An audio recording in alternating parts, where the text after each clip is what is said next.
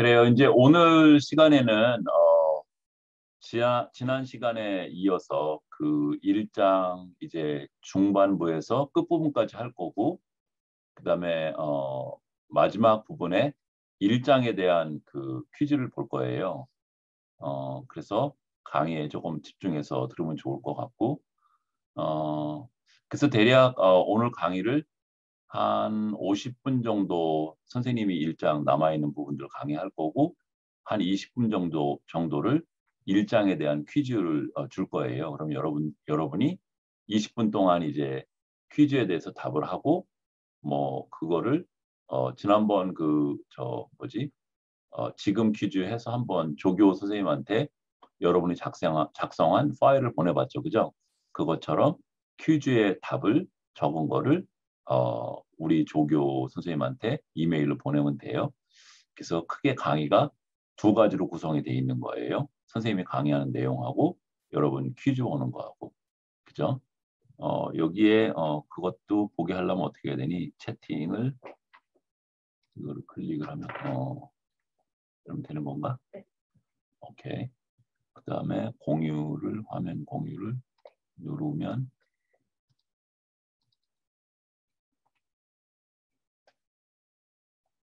그래요. 지난번에 지금 퀴즈 한번 해봤었죠, 그죠? 오늘은 이제 1장에 대한 퀴즈를 볼 건데 요거를 추경아 얘를 조금 더 작게 하려면 어떻게 해야 되지? 여기 채팅하는 게 보이게.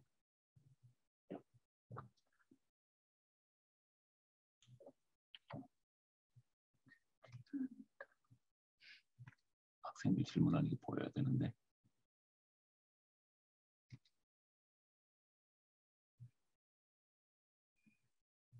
지금 하면 또 문제가 생기겠다. 오늘은 그래요. 채팅하는 거 아직 나도 그렇고 우리 조교도 다 몰라가지고 여기를 못했는데 말로 마이크 켜고 일단 질문하세요. 질문 있으면. 이제 오늘은 강의 내용에서 이제 뇌 구조 얘기하고 뇌하고 기억하고 관련된 얘기하고 실제 그 말하고 있는 내용들을 실험한 연구 두 개 하고 이렇게 설명하는 거로 구성이 될 거예요. 뇌는 여러분들 다 알겠지만 이렇게 지금 여기 보이나요? 이렇게 들어야 되나?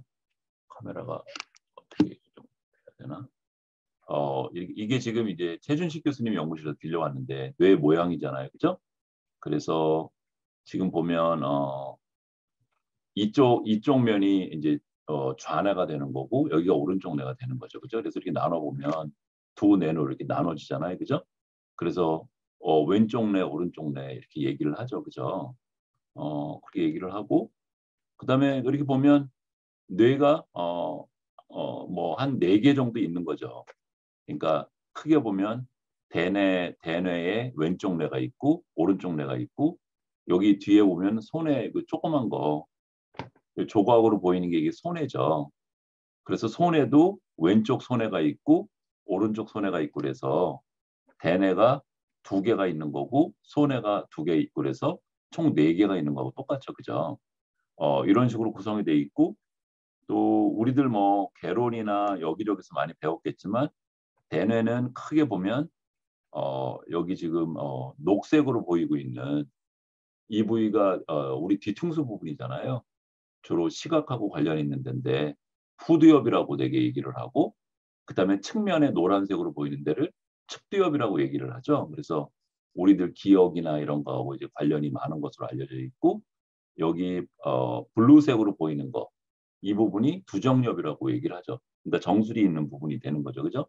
그다음에 붉은색으로 보이는 데가 전두엽 기능이고 주로 어떤 실행을 하거나 계획을 하거나 통제를 하거나 이런 기능을 담당하고 있는 것으로 알려져 있죠, 그죠?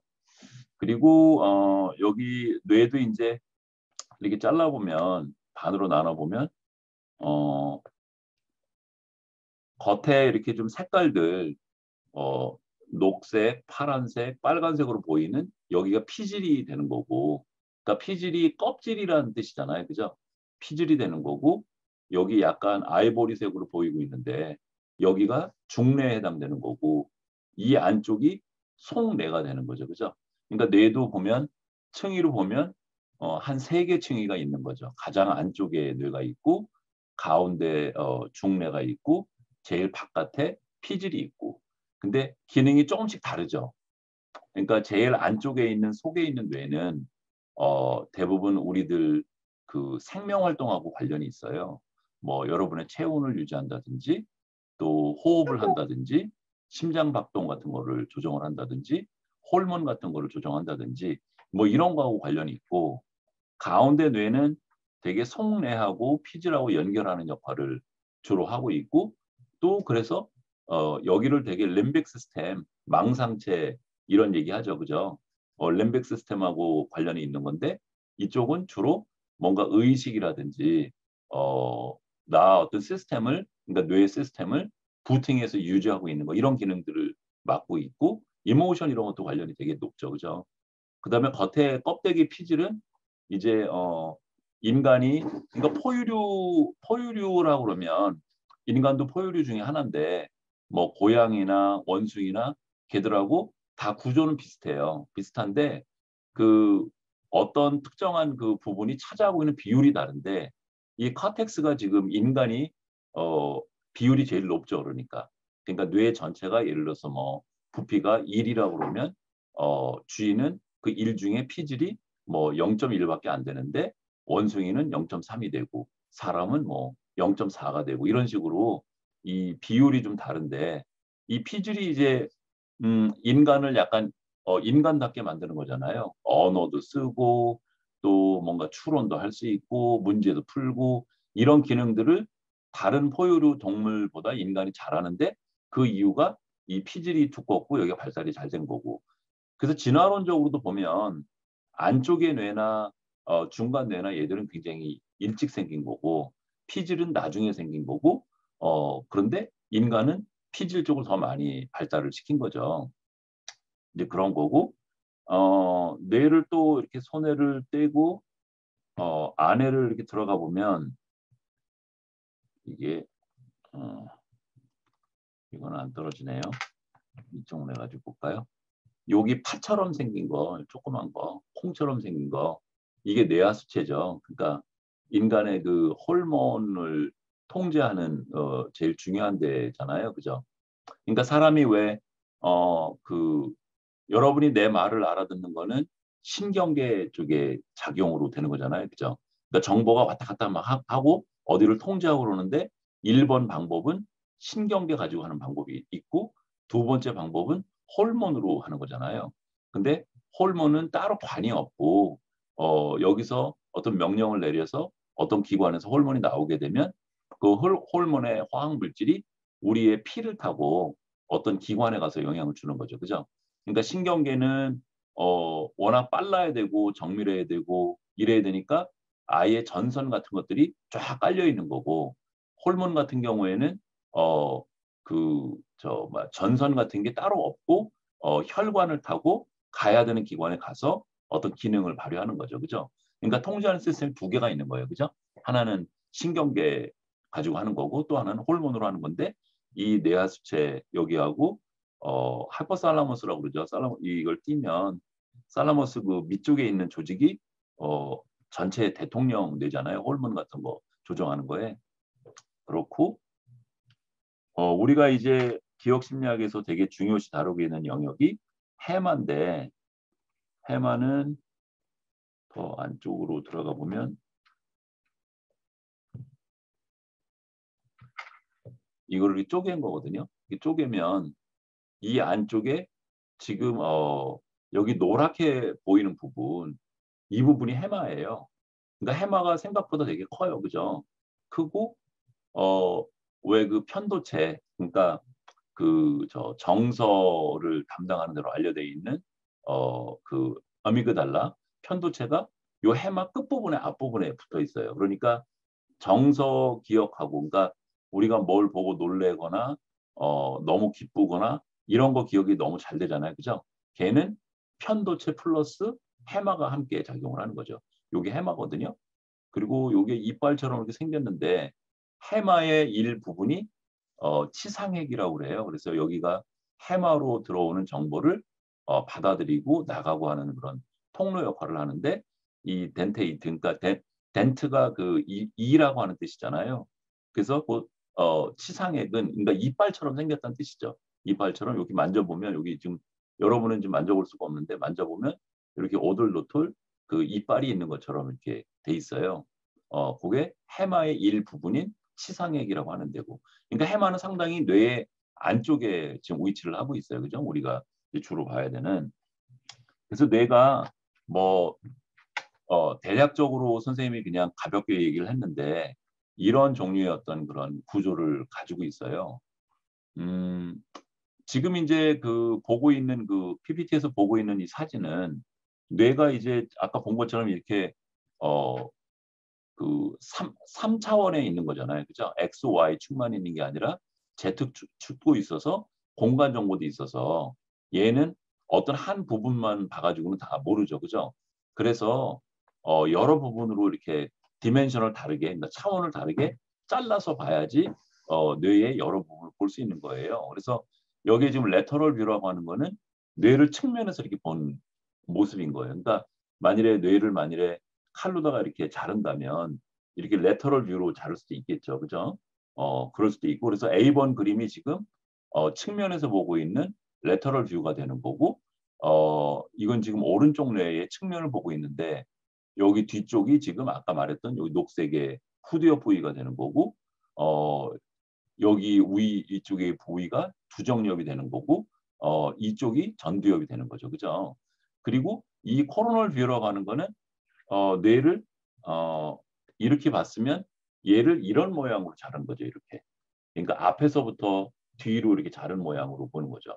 그러면 지금 여기 보이는 것처럼 이게 MRI 사진인데 지금 여기 레프트라고 써 있는 거는 왼쪽 뇌를 좀 보여주고 있는 거고 라이트는 오른쪽 뇌를 보여주고 있는 거고 그렇죠. 그리고 히포캠퍼스는 아까 본 것처럼 그 안쪽에 양쪽에 있죠. 그러니까 해마 그러니까 하나가 아니죠. 그죠? 오른쪽 뇌에도 해마가 있고 왼쪽 뇌에도 해마가 있는 거죠. 여러분 아는 것처럼 뭐 언어나 뭐 좀 추상적인 정보나 뭐 이런 것들은 왼쪽 뇌가 많이 관여를 한다고 되어 있고 그림이나 어떤 공간이나 뭐 이런 것들은 오른쪽 뇌 쪽이 많이 관여를 한다고 우리들 알고 있잖아요. 그러면 해마가 이제 기억에 중요한 역할을 하는데 왼쪽 뇌에 있는 해마하고 오른쪽 뇌에 있는 해마의 기능이 좀 다르겠네요. 그죠? 그러니까 오른쪽 뇌에 있는 해마는 아까 얘기했던 시각이나 공간이나 이런 정보들을 새로 배워서 기억하는 데 관여를 많이 할 것으로 예측이 되고 반면에 언어나 어떤 기호나 이런 것들은 왼쪽 뇌에 해마가 더 많이 관여할 거라고 예측이 되죠. 그죠? 그렇게 나눠서 일을 하고 있는 거고 그다음에 C 부분은 마치 새가 위에서 이렇게 날면서 밑을 쳐다보는 것처럼 비행기를 타고 가면서 아래쪽을 쳐다보는 것처럼 뇌를 볼 수 있는 거예요. 그러니까 여기 위에서 이렇게 본 거죠. 그럼 이렇게 이런 모양으로 자르겠죠. 그죠? 엑시얼 뷰라고 그러는데 나는 그냥 수평면이라고 번역을 했는데 어, 이 수평으로 지금 보고 있는 그런 거죠. 그러니까 뇌가 3차원 모양을 가지고 있어서 한 그 디멘션으로만 설명을 해가지고는 알 수가 없으니까 이런 세 가지 그런 차원에서 뇌를 찍고 분석해서 알려주는 거죠. 그죠? 음. 그래서 측면으로도 볼 수 있고 관상면으로도 볼 수 있고 수평면으로도 볼 수 있죠. 지금 보고 있는 이런 뇌의 그림은 MRI로 찍은 그림이에요. 여기 엑시얼 뷰 수평면을 보게 되면 이쪽이 후두엽이 되는 거고 그러니까 A 부분으로 보면 여기 뒷부분이 지금 C에서 이 부분에 해당되는 거고요. 그죠?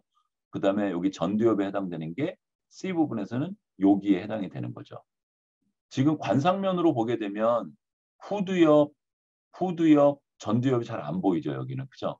대신 여기는 속부위하고 겉에 부분을 볼 수 있는 이점이 있죠. 그러니까 각각의 사진마다 음, 무엇을 중점적으로 봐야 되는지를 다 다른 특성을 가지고 있죠. 그죠?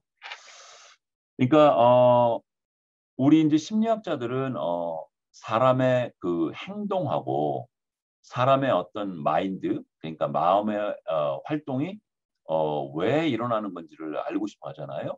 근데 뭐 마인드에서 일어나는 행동이 어, 한 가지만 있는 게 아니고 뭐 정서도 있고 또 기억도 있고 언어도 있고 굉장히 다양한 거잖아요. 그죠? 그러면 뇌 자체는 물질이니까 물질 자체를 뭐 현미경으로 MRI로 본다고 해서 기능을 알 수가 없잖아요. 그죠? 그러니까 심리학자들은 행동 검사를 많이 하게 되죠.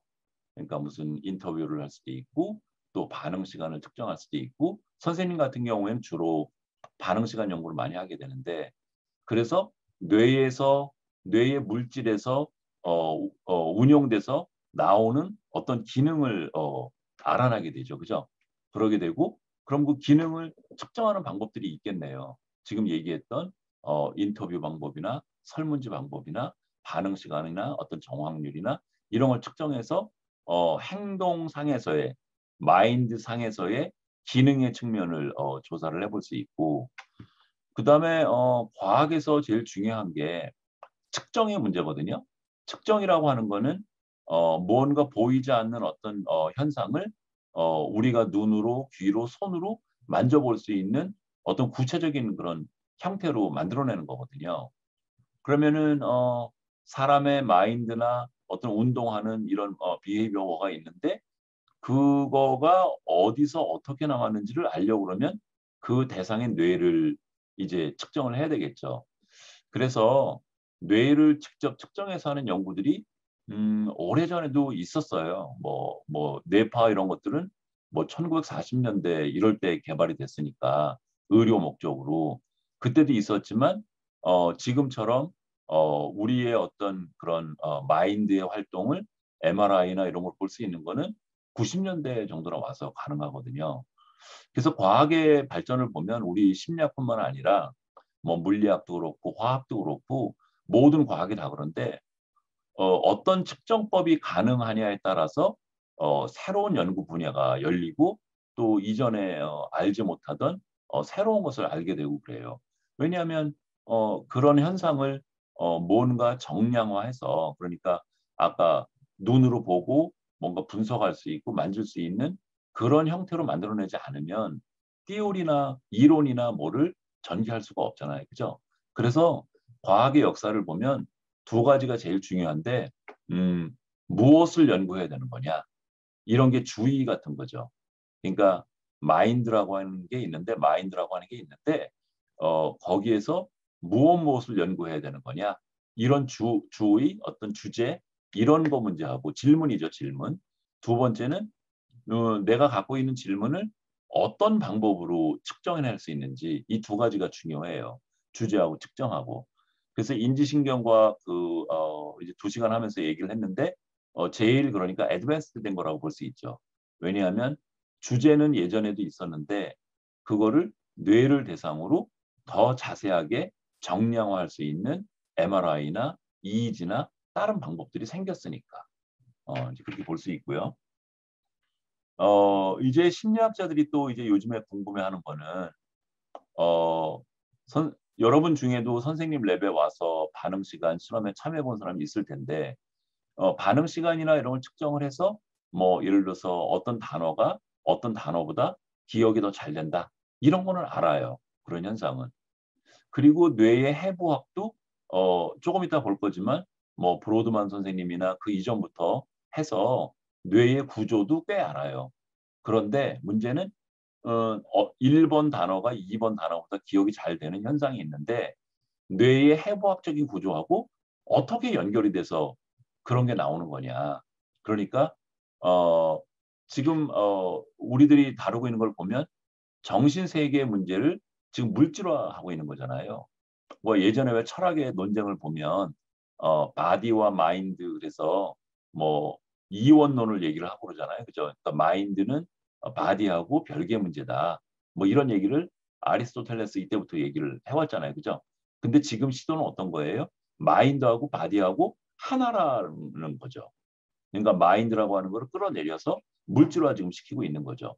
그래서 보려고 하는 건데 현재 우리들 심리학자들이 이제 다 알지 못하는 거는 두 개가 연결이 되는 건 분명히 알고 있고 1번 단어가 2번 단어가 기억이 잘 되는 이유가 뭐 예를 들면 오른쪽 뇌의 해마 뭐 치상의 부위에서 이런 차이가 있다도 알아요.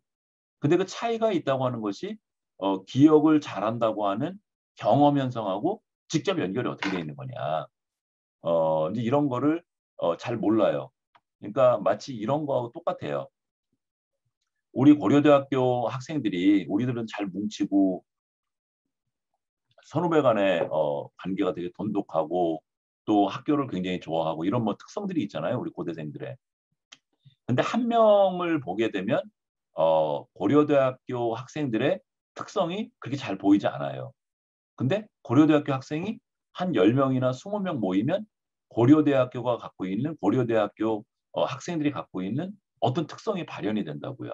그러니까 집단으로 나왔을 때에 나오는 어떤 현상이 마치 1번 단어를 2번 단어보다 기억을 더 잘하는 것 같은 그런 현상이 되는 거고 그다음에 한 명 한 명이 마치 해부학의 뇌의 구조 같은 거죠.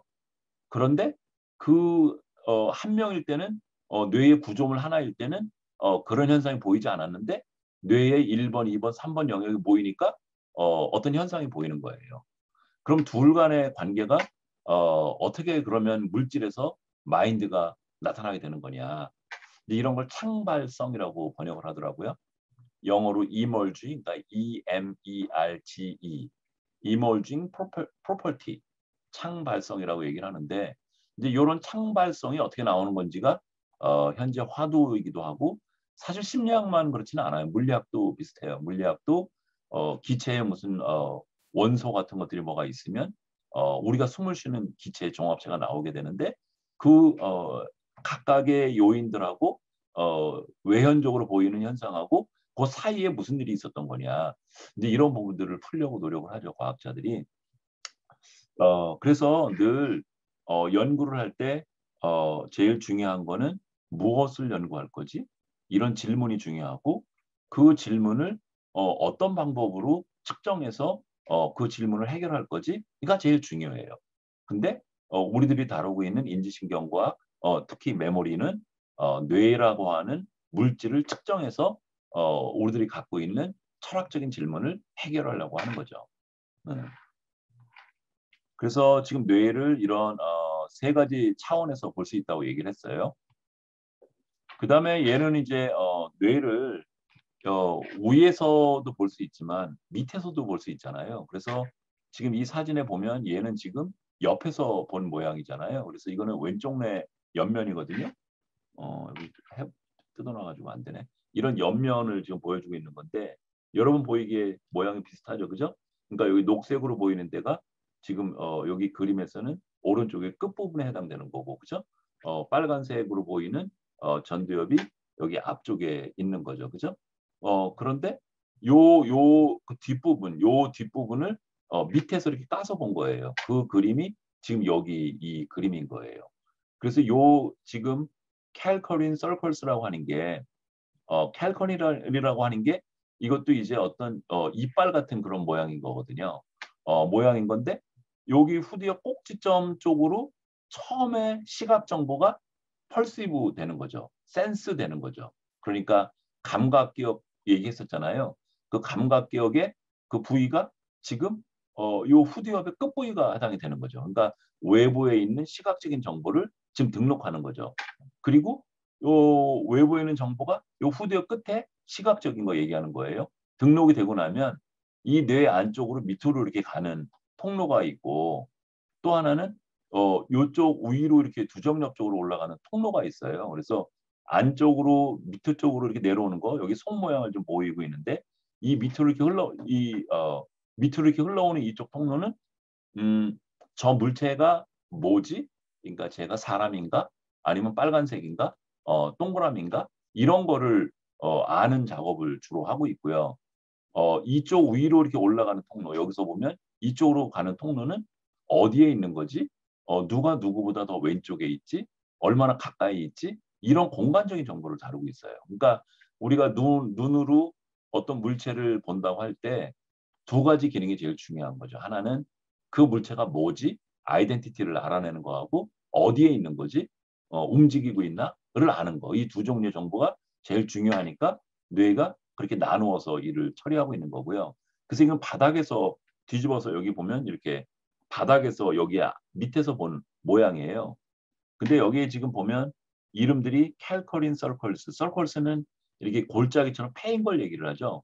그러니까 뇌가 이렇게 호두처럼 이렇게 뭐 주름이 져 있는 이유는 해골 안에 들어있는, 그러니까 두개골 안에 들어있는 공간이 제한되어 있는데 뇌의 용량은 커져야 돼서 얘를 이렇게 접었다 폈다 접었다 이런 식으로 해서 나중에 피면 넓게 되도록 그렇게 만들려고 하다 보니까 이렇게 볼록 튀어나온 부분도 있고 쏙 들어간 부분도 있는데, 들어간 부분을 서컬스라고 얘기를 하고 볼록 튀어나온 부분을 여기 지금 좌이러스라고 써 있네요. 좌이러스라고 나와 있는 거죠, 그죠?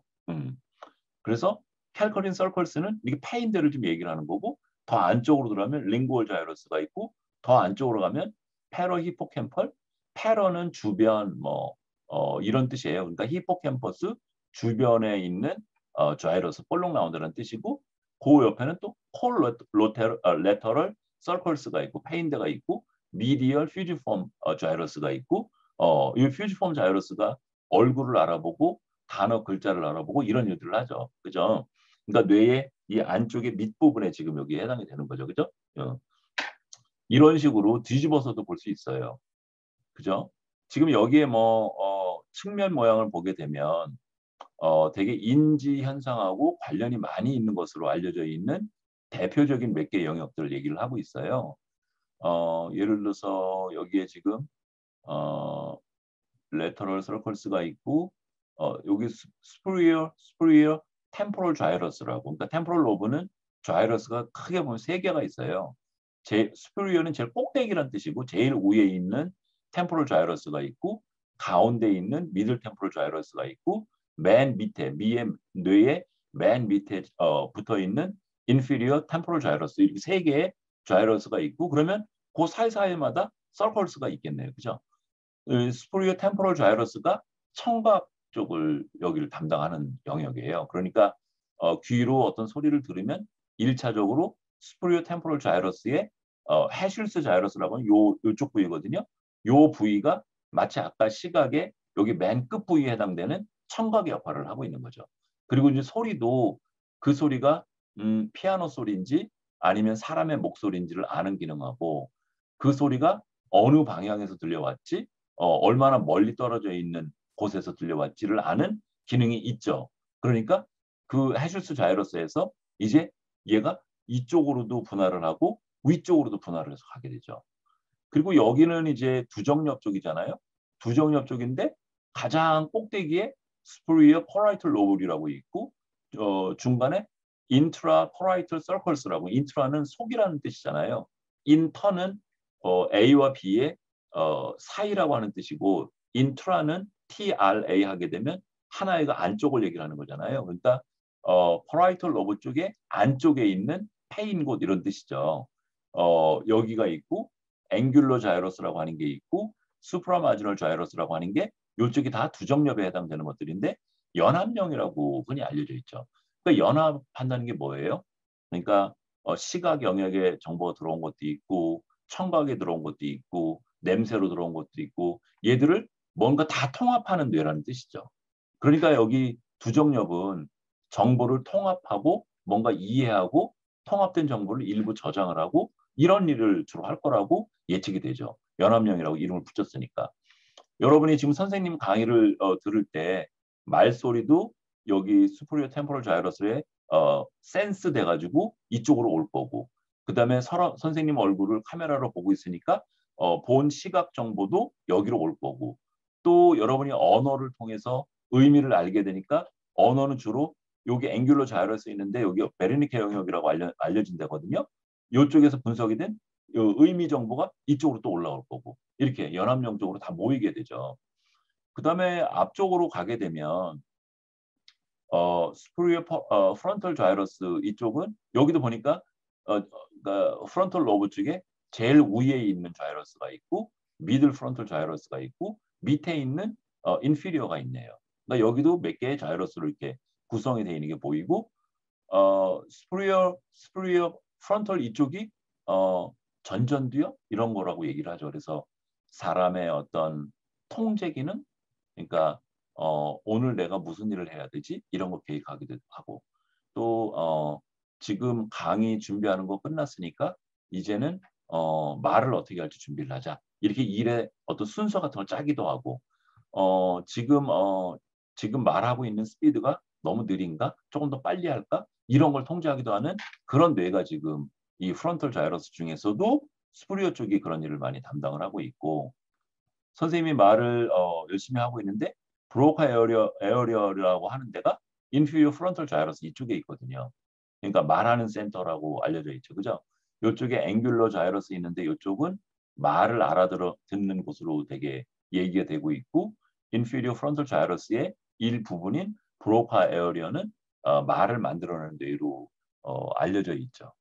그런 식으로 뇌가 이제 이렇게 크게 구분이 돼 있어요. 좀 빨리 가야 되겠네요. 11시 45분까지 강의를 해야 되니까 제가 대략 한 30분, 25분까지 강의하고 여러분 퀴즈 볼 시간 줘야 되겠네요. 이거는 브로드만이라고 하는 그 선생님이 학자가 1909년도에 그러니까 이분은 뇌해부학자였던 거죠.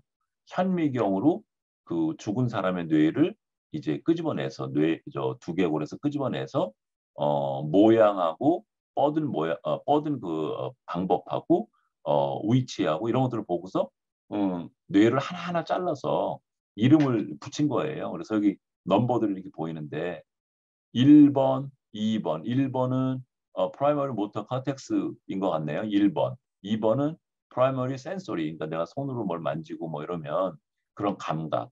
이런 영역 이렇게 이름을 붙인 거예요. 1번, 2번, 3번, 4번, 5번, 6번 이런 식으로. 그래서 뇌가 생긴 모양을 기준으로 그 당시에 해부학적인 그런 특성을 갖는 것으로 영역을 나누고 그 영역별로 이름을 붙였어요. 그래서 뇌를 연구하는 학자들은 그 예를 들면 브로카 에어리어라고 하는 데가 여기 45, 44 있는데 이쪽이거든요. 브로드만 에어리어 45번 영역에 뇌경색이 생겼어. 이렇게 얘기를 한단 말이죠. 그러니까 그 뇌를 연구하는 사람들끼리의 어떤 의사소통이나 이런 것들이 굉장히 유용한 거죠. 그래서 1909년도에 브로드만 선생님이 이렇게 사체 부검을 해가지고 이렇게 영역을 이름을 다 붙여놨어요. 여기 17번이 뭐예요?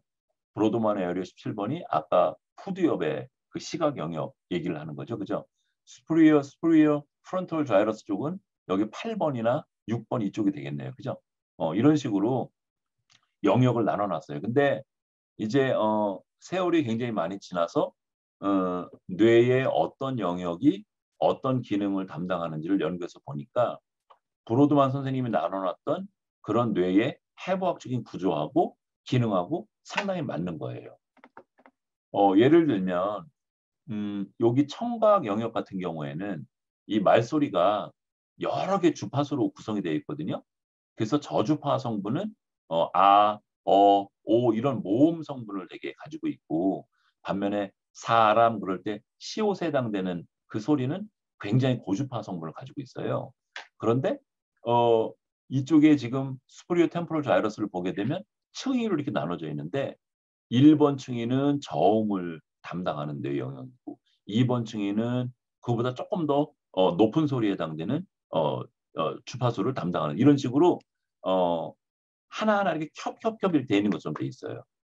시각 영역은 여기는 공간 정보 같은 거 넓게 퍼져 있잖아요. 그러니까 공간 정보를 받아야 되니까 여기에 넓게 펴져 있는 그런 해박적인 구조를 가지고 있고 그러니까 뇌의 생긴 모양하고 기능하고 관련이 있다는 거죠. 그러니까 어떤 종류의 일을 하려고 그러면 여러분도 예를 들어서 만일에 책상에서 주로 책을 읽는 그런 용도로 책상을 쓸 수도 있고 아니면 주로 뭐 글을 쓰거나 이런 용도로 쓸 수도 있잖아요. 그러면 책을 주로 읽는 거는 모니터나 아니면 책받침이나 이런 것들로 구성이 돼 있을 거고 그럼 모양이 좀 다르고 배치도 다를 거잖아요. 그죠? 반면에 글을 주로 쓰는 거면 노트북이나 얘들을 타이핑을 쉽게 할 수 있도록 배치를 할 거잖아요. 그죠? 그럼 그 모양이 다르겠죠. 그죠? 그러니까 해야 되는 어떤 기능하고 어떤 생긴 모양하고 상호 관련성이 있다는 거죠.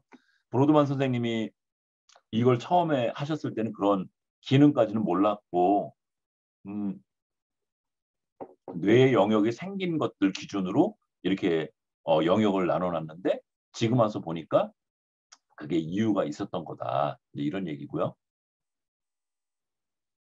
그다음에 이제 얘기를 하려고 하는 게 해마하고 그다음에 감각 영역하고 어, 전두엽하고 두정엽 얘기를 하려고 그래요. 그러니까 기억이 일어나려고 그러면 크게 뇌의 그 구조물이 어, 크게 보면 세 종류가 필요한 거예요. 하나는 정보를 받아들이고 저장하고 있는데 주로 감각 영역이거든요. 그러니까 후두엽, 시각 같은 경우에는 후두엽일 거고 청각 같은 경우에는 템포럴 로브일 거고 뭔가 촉각 같은 경우에는 위에 프라이머리 센소리 이런 데일 거고 그런 감각 영역, 그러니까 정보를 1차적으로 인식하고 저장하고 있는 영역이 필요하고 두 번째는 거기에 있는 정보들을 끄집어내거나 넣거나 또 어디에 사용하거나 선별하거나 이런 작업을 하는 컨트롤 영역이 필요하고 그다음에 세 번째 영역은 어, 정보하고 통제 영역하고를 연결해서 어떤 새로운 사실들이 들어오게 되면 그 내용을 뭔가 저장소로 보내고 끄집어내고 요런 중간 다리 역할을 하는 그런 구조물이 필요한데 정보를 저장하고 인식하는 데는 주로 감각뇌, 그러니까 시각뇌, 청각뇌 이런 데가 관여를 하고 통제를 다루고 있는 데는 뇌의 전두엽 부위하고 두정엽 부위가 주로 담당을 하고 어, 인식돼서 들어온 정보를 다듬어서 어딘가로 보내고 보낸 정보를 다시 끄집어내고 이렇게 중간에서 역할을 하는 데가 미드 템포럴 자이러스, 미드 템포럴 로브 그러니까 내측 측두엽이라고 번역을 했죠. 여기에 영어로 미디얼 템포럴 로브라고 얘기를 했죠. 그러니까 미디얼 템포럴 로브의 한 기관이 여러 기관으로 되어 있는데 그 중에 한 기관이 우리들이 흔히 얘기하는 해마인 거예요. 어, 그러니까 미디얼 템포럴 로브하고 이렇게 영역이 크게 보면 크게 이렇게 대분을 해보면 세 종류의 그런 영역으로 구성되어 있다고 볼 수 있는 거예요. 그러니까 우리가 무언가 경험을 하게 되고 경험한 것을 어디에 기억을 하려고 그러면 이런 세 종류의 일들이 필요하다. 처음에 정보를 받아들여서 저장하고 있는 것도 필요하고 두 번째는 인식이 된 것을 다듬어 가지고 거의 영구적인 기억을 갈 수 있도록 다듬는 그런 부위가 필요한데 그게 주로 미디얼 템포럴 로브가 되는 거고 정보를 전체 통제를 하고 관할을 하는 그런 통제뇌가 필요한데 그게 전두엽하고 두정엽이 되는 거고 이렇게 크게 세 개로 분류해서 볼 수 있어요. 여기 그림에서 지금 보고 있는 이 사진은 이거 뇌를 밑에서 본 그림이죠. 여기 밑에서 이렇게 여기서 이렇게 본 모양인데 거기에 보면 지금 여기 8cm라고 표현이 돼 있는데 미디얼 템포럴 로브를 지금 헨리 몰레이슨이라고 HM 환자라고 우리 교과서에 많이 소개되는 환자예요. 간질이 심해가지고 이쪽 미디얼 템포럴 로브 쪽을 드러내는 수술을 하게 되죠. 약 8cm 크기 정도의 영역을 좌우 뇌에 있는 양쪽에 모두 다 이 부위를 드러나게 되죠. 그리고 나중에 이제 수술을 하고 나서 보니까 간질 그 자체는 상당히 완화되는 치료 효과가 있었는데 생각지도 않았던 기억 장애가 있는 것을 알게 되죠. 그죠? 그래서 해마가 굉장히 기억 현상에 중요한 역할을 한다고 하는 것을 그러니까 미디얼 템포럴 로브가 중요한 역할을 한다는 걸 알았고 그 중에서도 미디얼 템포럴 로브 중에 하나인 히포캠퍼스가 거기에 핵심적인 역할을 하고 있다고 하는 것을 알게 된 거죠. 지금 여기도 해마 부위를 이건 관상면이죠. 그죠? 여기서 이런 식으로 앞에서 뒤로 자른 듯한 모양의 사진인데 거기에 지금 여기 밑에 이게 마우스가 요 부위가 지금 요 부위에 지금 해당되는 거죠. 사실은 그러니까 이 환자는 양쪽을 다 사실은 제거를 했거든요. 그래서 굉장히 그 나중에 수술 후유증이 되게 큰 환자였었고 이 환자는 이 해마가 망가지고 나니까 해마가 하는 역할이 아까 뭐라 그랬어요?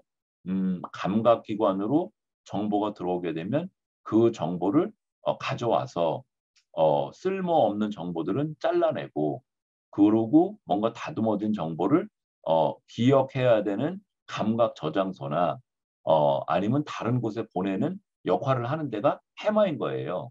그러니까 해마가 망가졌으니까 당연히 새로운 정보, 인식은 되겠지만 인식된 거를 어딘가 저장하는 일에 못하니까 당연히 새로 경험하는 내용들을 학습하지 못하는 그런 장애가 일어나겠죠. 기억 장애가. 그러니까 엔트로그레이드 엠네시아라고 그러죠. 그죠? 그러니까 수술 받기 이전의 기억들은 감각 기억은 건들지 않았으니까 살아있는데 그러니까 기억을 하는데 그런데 수술을 받고 나서 해마를 제거하고 났더니 새로 들어온 정보를 새로 인식된 정보를 기억 저장소로 못 보내니까 기억 저장소에 안 남아 있을 거고 그러니까 기억이 없을 테니까 수술 이후의 사건들을 기억하지 못하는 엠네시아가 되는 거죠. 이제 그런 거고요. 여기 뭐 간단간단하게 하고 넘어가요. 벌써 11시 10분이라서 좀 이제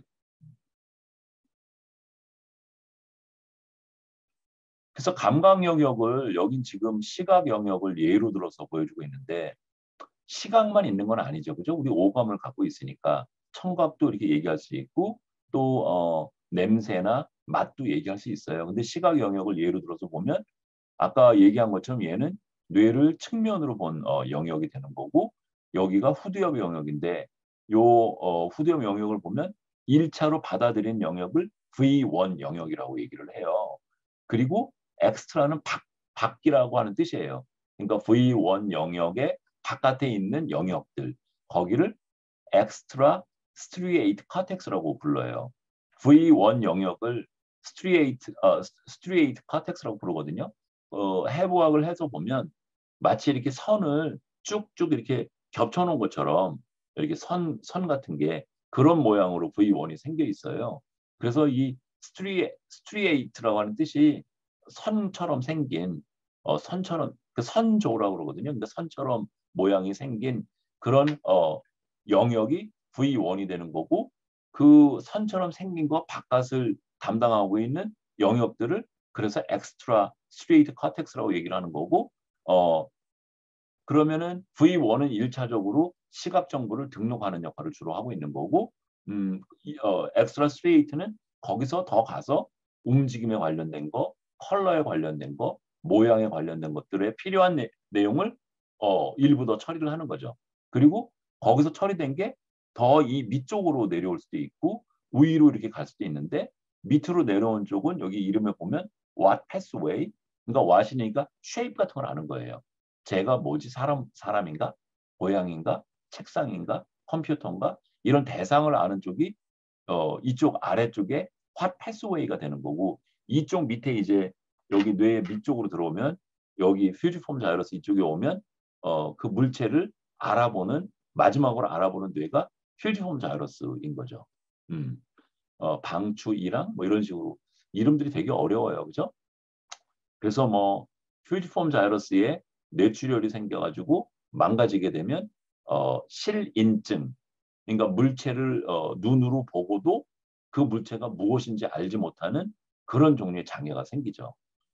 그다음에 두정력 쪽으로 가는 패스웨이는 회어 패스웨이 어디 통로라는 거죠. 그러니까 어디니까 얘는 공간 문제인 거잖아요. 왼쪽에 있는지 오른쪽에 있는지 A 물체가 B 물체보다 더 가까이 있는지 더 멀리 있는지 얘가 왼쪽에서 오른쪽으로 움직이고 있는지 이런 회어를 아는 패스웨이가 두정력 쪽으로 이렇게 가는 거예요. 그러니까 그런 식으로 이제 시각 영역이 구성이 돼 있고 그러면 요 감각 영역에서 출발해서 이쪽에 온 정보들, 이쪽으로 간 정보들이 있을 건데 이 정보들을 뭔가 항구적으로 거의 반영구적으로 기억을 하려고 그러면 이 정보들이 해마로 와야 되는 거죠. 해마는 요 안쪽에 껍데기 벗기고 속에 들어가야지 아까 여기 뇌 속에서리 보여준 것처럼 안으로 들어가 있는 거죠. 그래서 요 지금 측면에서 보이지 않죠. 안쪽으로 있는 해마가 여기 지금 감각 영역에서 인식되고 처리된 내용들을 가져다가 더 다듬고 의미화하고 연결해서 이 정보는 일리 보내고 위쪽으로 보내고 이 정보는 이쪽으로 보내고 이 정보는 밑으로 보내고 이런 역할을 하는 데가 해마인 거죠. 그죠? 그러니까 해마 자체는 그 제가 사람 얼굴인지 얘가 책상인지 이런 거는 모르는 거죠. 모르는 거고 그 정보를 다듬어서 어딘가 저장해 오고 저장된 거를 끄집어내 오고 요런 역할을 하고 있는 거죠. 그런 거고 여기 아까 얘기했던 전두엽 부위하고 두정엽은 너 해마 그거 너 끄집어내온 거 아까 그 반복해서 한 건데 한 번 한 건데 그거 또 하고 있구나. 그거 안 해도 돼. 이런 식의 어떤 어, 얘기를 해주고 있는 거고 두정엽 쪽은 주의하고 관련이 많이 있거든요. 일을 하려고 그러면 어딘가 계속 이렇게 집중을 하고 있어야 되잖아요. 그런 역할들을 두정엽이 많이 역할을 하게 되고 또 의미 해석을 많이 하게 돼요. 그러니까 음, 여러분이 컴퓨터를 만일에 인식을 했다 손 치면 컴퓨터의 모양만이 중요한 게 아니잖아요.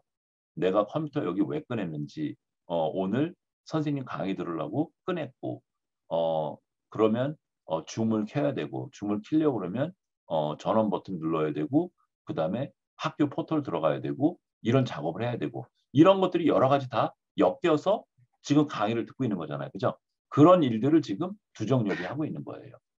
그죠? 그래서 두정엽 쪽은 하고 이 전두엽은 정보를 관리하고 통합하고 통제하는 그런 영역이 되는 거고 해마는 감각 영역에서 들어온 정보를 어, 뇌 어딘가로 전송을 해서 기억으로 남을 수 있도록 만드는 작업을 하는 데고 이런 식으로 되는 거예요.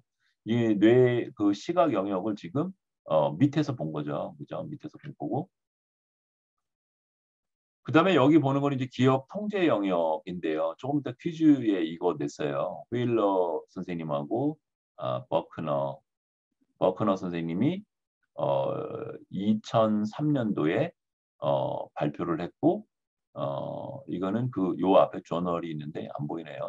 이 저널에 냈고 그 저널에 페이지 수 여기에 실려 있는 거고 그다음에 이건 소속 기관들을 얘기하고 있는 거고 이분들이 그 기억 통제 영역이 있는 것을 알아보려고 이런 실험을 MRI로 실험을 했어요. 그래서 어떻게 했냐면 어, 지금 여기 지금 하얗게 보이는 부위 여기가 지금 그 템포럴 로브 아니 프론털 로브 아까 그 전두엽 영역 그거거든요. 이거는 지금 뭐를 본 거? 수평면으로 본 거죠. 수평면으로 본 거고 얘도 수평면으로 본 거죠. 수평면으로 봤으면 여기 꼭대기 부위 이렇게 자른 게 있을 수 있고 그다음 밑에 자른 게 있을 수 있고 더 밑에 자른 게 있을 수 있고 이런 거죠. 근데 D의 그림은 제일 꼭대기 부분에서 자른 부위를 지금 보여주고 있는 거고 A에 있는 그림은 제법 안쪽에 들어온 자른 그런 수평면이 되는 거죠. 그래서 여기 지금 어, A에 보이는 이 영역은 후두엽 영역 쪽에 그 화패스웨이 있는 영역이에요. 그러니까 물체를 알아보는 뇌의 영역인 거예요. 그 영역을 표시하고 있고 E는 지금 여기 전두엽 하얗게 보이는 요 부위들의 활성화되는 정도를 지금 표현하고 있는 거고 B 그림은 이 저 시각 영역에 방추이랑이 있는데 그쪽 영역의 활동을 보여주고 있는 그림이에요. 그리고 B번 그림은 어, 그 감각 저장소하고 그다음에 컨트롤하는 뇌가 분리되어 있다고 하는 것을 보여주기 위해서 어, 실험을 한 건데 그 실험을 하려고 그러면 변수 같은 걸 정해야 되고 그 변수들을 조작하는 실험 설계를 해야 돼요. 음, 그래야 되는데 여긴 지금 보면 oldness 이거는 뭐냐면 뉴는 한 번도 본 적이 없는 거를 얘기하는 거고 old는 되게 기억 실험은 그러거든요. 한번 자극들을 제시를 해서 학습을 시키고 얼마간의 이렇게 딜레이 지연 시간을 두고 되게 장기 기억이니까 뭐 몇 분이나 몇 시간 후에 딜레이가 있어야 되겠죠. 숄텀 메모리는 몇 초 정도의 딜레이밖에 안 두겠지만 그리고 예를 들어서 30분 있다가 검사를 하게 되죠. 그러면은 검사 시기에는 너 이거 봤던 거야? 아까 앞에서 봤던 거야? 처음 보는 거야? 그걸 하게 되죠. 그 판단에 올드는 학습할 때 봤던 거를 얘기를 하는 조건이고 테스트 시에 뉴는 공부한 적이 없는 처음 보는 거를 얘기를 하는 거. 그러니까 1번 팩터가 학습할 때 봤던 거냐 안 봤던 거냐. 두 번째 요인이 자극을 그림 자극으로 여기 A에 보이는 것처럼 그림 자극으로 준 경우가 있었고 사운드로 준 경우도 있었어요. 사운드를 SND라고 좀 쓴 거예요. 이거를 한 거는 어, 그림이니까 얘는 시각 자극이니까 얘는 후디업 쪽이 될 거고 만일에 감각 영역이 정보를 저장하는 데라면 사운드는 청각 소리니까 템포럴 로브 쪽에 스프리오 템포럴 로브 쪽에 활성화가 있을 거잖아요. 그죠? 그러니까 감각 저장소가 감각 특성적으로 작용을 한다면 사운드는 측두엽의 위쪽에 뭔가 활성화가 있어야 되고 그림 정보인 시각은 후디업 쪽에 뭔가 활성이 있어야 되겠죠. 그래서 자극의 종류를 여기 컨텐츠라고 표현을 했는데 두 종류 자극을 써서 일반화시키려고 지금 한 거고 컨트롤은 이게 이제 핵심인데 세 번째 요인인데 20번 공부를 한 경우고 일이라고 쓰면 한 번 본 경우예요. 그러면 20번 공부한 경우에는 기억이 잘 돼 있을 테니까 떠올리기가 쉬울 거잖아요. 그러니까 그 얘기는 통제 영역이 있다면 20번 공부를 한 경우는 쉽게 떠올릴 테니까 통제를 하는 뇌의 활성화가 작을 거고 반면에 한 번 공부한 경우에는 기억이 희미하니까 노력을 많이 해야 되니까 통제 영역에 활성화가 많을 거라고 생각을 한 거죠. 그래서 여기 그림에 이렇게 보면 얘는 지금 아까 얘기한 전두엽이라고 했잖아요. 여기 보면 20번 공부한 경우하고 한 번 한 경우하고 이 전두엽 영역에 활성화되는 정도가 차이가 나잖아요. 한 번 공부한 경우는 굉장히 많이 활동을 하고 있고 어려워서 20번 공부한 거는 떠올리기가 쉬워서 작게 작용을 하고 있죠. 어, 그런 거를 지금 본 거예요. 그러니까 여기 이 설계를 했는데 이 설계에는 지금 변수를 세 개를 쓴 거죠. 하나는 이전에 공부했던 건지 아니면 처음 보는 건지 자극이 그림 자극이었었는지 사운드였었는지 세 번째 변수는 20번 공부했는지 한 번 했는지 그러니까 3 팩토리얼 디자인이라고 얘기를 하죠. 그죠? 요런 실험 설계를 해야지 이제 거기 그럼 총 조건이 몇 개가 되는 거예요. 이 두 개, 여기 둘, 그러니까 2 곱하기 픽처하고 사운드 2 그러면 4개가 되고 그 밑에 또 20하고 10이 있으니까 곱하기 또 2를 하면 8개 조건이 있게 되는 거죠. 그죠? 그럼 8개 조건에 써야 되는 그림 자극 20개씩 그러면 160개가 필요한 거고 또 한 조건에 필요한 피험자를 30명씩 잡으면 38, 24, 240명의 피험자가 필요한 거죠. 그죠? 여러분 아시겠죠? 어떻게 된 건지. 그래서 여기 실험 설계 부분이고 여기는 실험 절차를 얘기를 해주고 있는데 단어하고 그림 혹은 단어하고 사운드를 같이 페어와이즈해서 제시를 한 거예요. 학습할 때. 그래서 나중에 테스트 시험 볼 때 단어가 단서로 작용을 하는 거예요. 그러니까 애플을 독을 제시를 해주게 되면 독은 소리랑 짝지어져서 나왔었는데 도구에 해당되는 소리를 들었었나요? 라고 묻는 거예요. 그럼 들은 거가 기억이 나면 yes, old라고 반응을 해야 되는 거고 자기 생각에 처음 듣는 거라면 아니요, new를 눌러야 되는 거죠. 그죠? 아시겠죠? 이런 식으로 실험을 한 거예요. 그래서 봤더니 일단 텍처하고 사운드하고 사운드가 더 어렵네요. 그래서 사운드 관련된 뇌 영역 활성화가 텍처 영역보다 더 크네요. 그리고 새로 보는 것들은 생각보다 많이 활성화 안 됐네요. 그러니까 쉽게 노라고 하는 걸 금방 반응을 알아낸 거예요. 이 사람들이. 그죠? 이게 만일에 공부했던 건지 아닌 건지 무지하게 헷갈렸으면 당연히 여기 전두엽의 영역이 굉장히 많이 올라갔겠죠. 여기 뉴 반응이. 그죠? 헷갈리게 만들려면 어떻게 하면 돼요? 애플하고 굉장히 유사한 자극을 쓴다든지 예를 들면 뭐 애플이라고 그러지 말고 부사 또 홍어 이런 사과 종류로 만일에 했다 그러면 사과 개 이렇게 한 거보다 암기하기 훨씬 더 어렵죠. 그러니까 동일 범주의 어, 유사한 자극들을 어떤 경우는 본 경우고 어떤 경우는 학습하지 않은 경우로 만약에 짜면 뉴에 해당되는 반응이 팍 올라가겠죠. 그죠? 그렇고 여기 지금 시각 영역만 보여주고 있는데 이 시각 영역에 20번 했을 때나 한 번 했을 때나 별 차이가 없네요. 여기서는 이 영역 자체는. 그러니까 20번 공부했는지 한 번 공부했는지는 감각 영역의 정보의 강도하고는 별 관계가 없고 전두엽, 그러니까 통제 영역에 해당되는 전두엽과 두정엽에서의 활동이 많고 적고로 표현이 된다. 그러니까 쉽고 어려운 거의 문제는 감각 영역이나 해마나 이런 데 문제가 아니고 어, 전두엽과 두정엽의 통제 영역의 문제다. 이런 얘기가 되는 거죠. 결론적으로 이 연구가 보여주는 거는 그 기억의 통제 영역, 미디얼 템포럴 로브, 또 정보를 저장하고 있는 감각 영역들이 어, 각각 떨어져 있어서 각각 다른 역할들을 하고 있는 거다를 보여준 연구예요.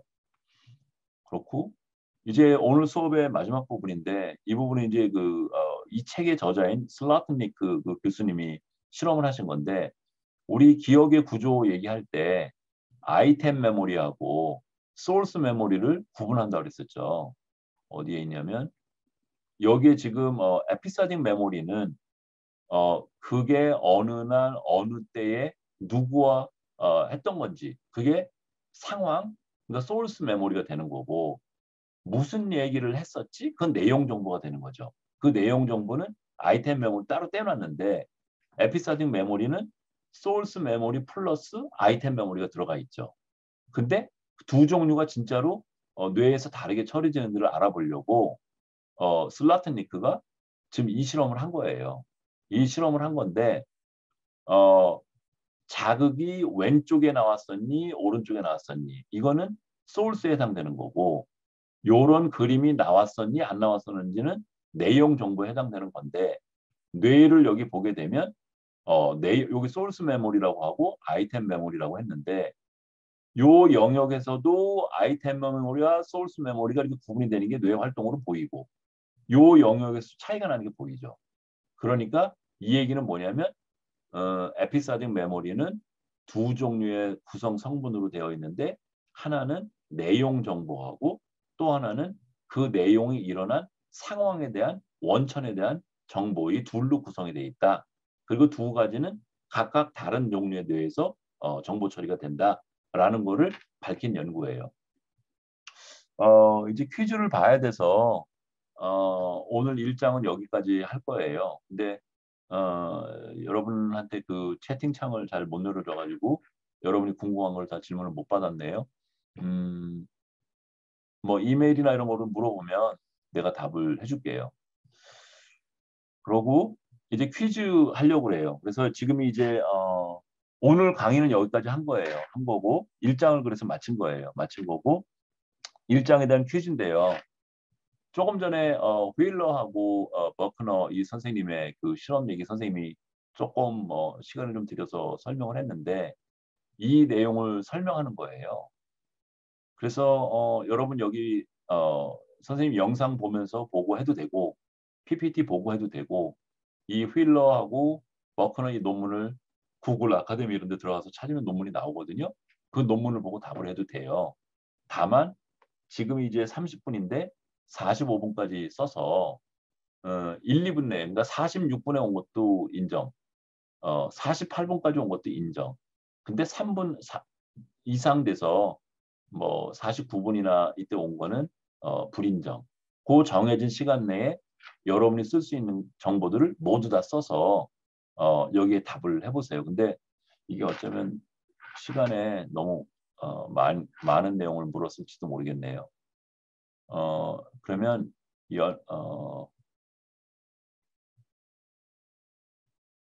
쓰는 데까지 한번 써보세요. 그래서 이 사람들이 그 연구를 왜 했는지, 어, 무엇을 알아보려고 한 건지, 어떤 종류의 변수들을 조작을 했는지, 방법은 어떻게 썼는지, 결과가 어떻게 나와서 뭐라고 그럼 결론을 지을 수 있는 건지를 한 반 페이지 정도 분량으로 간략하게 써보는 거예요. 그러니까 15분밖에 안 되니까 짧은 시간에 해야 되잖아요.